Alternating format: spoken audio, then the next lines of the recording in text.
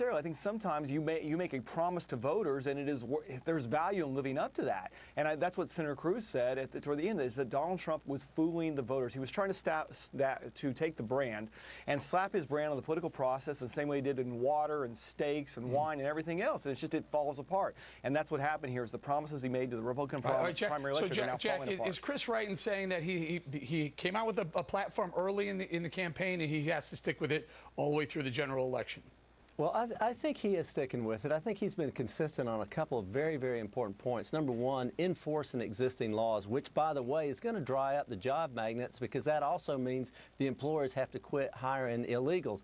Number two, he's been very consistent about a wall, maybe not bricks and mortars, but a wall that will keep people from coming into the border illegally. And number three, no amnesty, which is perhaps the biggest issue with the Republican base. Hillary Clinton is a pro-amnesty person. And then another part of this is protecting American jobs, because he has said repeatedly that illegals undercut the wage everyone scale. says that, though. That's pretty consistent along the GOP. The line is that illegals take jobs away from Americans. But talk to me, Jack. You just said something, kind of two things. You said provocatively that not necessarily bricks and mortar wall. I'm under the, I do this for a living here, and I thought it was a bricks and mortar wall, number one. And number two, when you say no amnesty and you let illegals stay, isn't that a form of amnesty?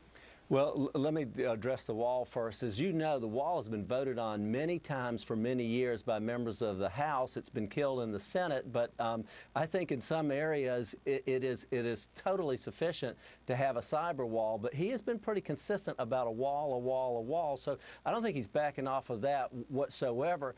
Number two, on amnesty, he's saying no amnesty. So, but he's also saying let's do this in a humane and orderly way. So he wants to get the bad actors out. Right. And start with them and then move down the line. And I think without the jobs here, because you're enforcing existing laws, you're going to have less motivation for people to want to come here or to stay here, because the laws say you can't be here. Right. Chris, I'm going to take a little issue with you here, because look, you guys on the left, or not on the left, but also the no Trump people have said, look, he can't. He's doing it wrong. This is too hardcore for the GOP. The GOP needs to encompass more diversity. And now he says, I'm at least thinking about softening my stance. And now you don't like it this way either.